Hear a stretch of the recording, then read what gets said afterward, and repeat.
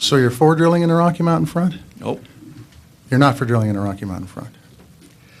The Rocky Mountain Front is one of the most special areas in Montana, and we've got a lot of them. I didn't get the answer, that's why I wondered. It has got an incredible ecology, from the plains to the incredible vistas. It is an area where the animal life is just absolutely incredibly diverse.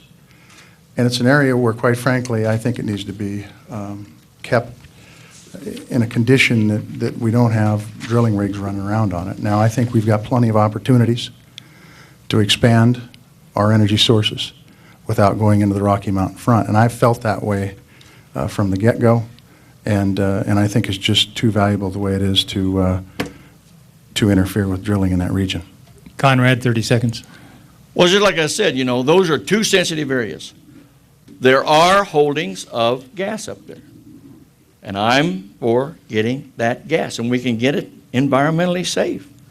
But those two areas are special, and they should be set aside if those leases are bought out, and the solution is homegrown, as it was in the Blackfoot Challenge, the Taylor Fork, or any other, or the Undaunted Stewardship Program. Mike Dennison, question for John Tester. I'd like to follow up on something that Senator Burns just mentioned about you being a liberal. He said it tonight, and also in his ads, they said that you are voting with the left and one of the liberal left. And I've looked at your voting record in the legislature, and I wouldn't disagree with that. I think on many issues, you do come down on the left. I'm wondering if you think that's accurate, and if you think there's anything wrong with that. Well, I think that you need to look at how the budget's crafted and what I classify as priorities. And I can tell you that as president of the Montana Senate, with a Democratic majority, a Democratic governor, 50-50 tie in the House, we eliminated taxes on 13,000 small businesses. We invested in education, which is the right thing to do. That's an investment in the future. We invested in health care, children's health insurance program, and others. And we invested in renewable energy to help make this state and this country energy independent. And I will stand by that. And we did it within a balanced budget, and we did it within the time allotted for us to do it. The fact is that Senator Burns has to try to make me into something I'm not if he's going to beat me. He knows he can't beat a third-generation farmer, small businessman, former music teacher, and president of the Montana Senate with the record I have. That's enough, please. Senator Burns, 60 seconds. Thank you very much. Anytime that you try to raise taxes, now he said he cut taxes on 13,000 small businesses. He didn't tell you about 16,000 he raised taxes. And also when you have a surplus, and when families could hold on to more of their money so they know where to spend it rather than government, why would you raise taxes? Why would you take that money away from working families? Why wouldn't you let them invest in some of the things that they want out of life and some of their hopes and some of their dreams? I will tell you, if we don't make the cuts of 2001, the Bush, Burns, Baucus tax bills, our obligation to the federal tax is going to go up quite a lot by 2011. And then we'll see who really is tax raisers and who's a conservative. Thank you. John, 30 seconds. Well, you know, Conrad, just like embryonic stem cell research has been going on for 25 years, I don't know where you get the figures of 16,000 small businesses. You said that in a debate a few times ago. I said to my staff, where's he getting this stuff? He's just pulling it out of the air. So that's kind of the way it's been for a while. I will tell you that my focus is on the middle class. It always has been. That we have to have a vibrant middle class, and it's disappearing.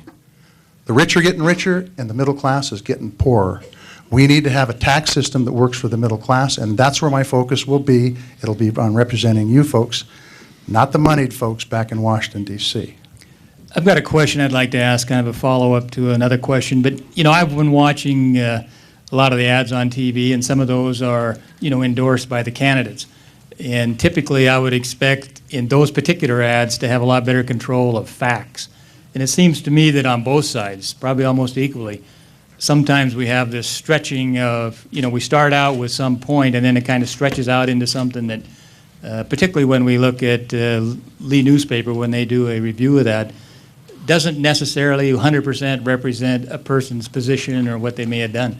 I'm curious, maybe Conrad first, how closely do you look at your ads? Do you fully endorse those ads that are out there, and do you believe everything in them is 100%? We research, and I'm a part of that. Some of it I'm not, but for the most part I am. And we research those ads and make sure that it's all documented and that it's truth. I would commend you today to the Helena IR, and I think if you look at all of the ads that's been analyzed, you will find who's looking at the ads, who's correct, who's documented, and who isn't. John. Well, I think you look at the ads, and I think that I haven't seen a lot of the ads, but the ads I've seen from Senator Burns talk about me. They very seldom talk about what he wants to accomplish. I have to have ads that talk about wind energy, talk about empowering working folks in the middle class, talking about my background as a farmer. He's had ads about haircuts and gravy trains. I think that therein lies the difference. Chuck Johnson, question for Conrad Burns. Senator Burns, some published reports have said that planning is already underway for a war with Iran. Would you support a Bush administration-initiated war with Iran? I would not at this point, and I don't think there's any plans being made to deal with Iran in a military way. It's like Korea, the same thing there. I think there's another way that we can do it, and I think probably that it will be a homegrown solution too in the final outcome. I think my personal thing, I think now's the time to tell China to deal with Korea, or we can deal with how much goods are coming into this country from China. I think that will get their attention. I think they can take care of that situation just like it is right now. Iran has some problems internally, and I think that will happen, but we must monitor it and make sure, because right now Iran is right now probably exports more terrorism than any other country, and we've got to deal with that, but we got to monitor it. But if a military action at this time, I would not support. Time. John, 60 seconds. I would not support military action either. I think we need to use strong diplomacy and pressure those folks, not only ourselves, but our allies around the world and within the region, and use force as an absolute last result. I think the fact that what we've got going on Iran now is a direct result of what's transpired in Iraq, where we've stretched ourselves so thin in Iraq that we can't do good things in Iran. We've got a war in Afghanistan that's starting to spiral out of control again. We've got North Korea, who a few days ago just tested nuclear weapons.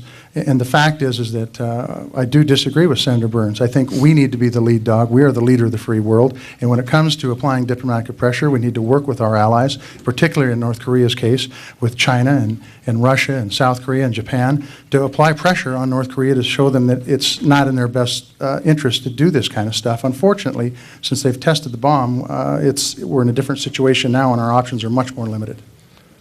Conrad, 30 seconds. Keep in mind that we must remind them of our deterrence. We've still got missiles in the ground.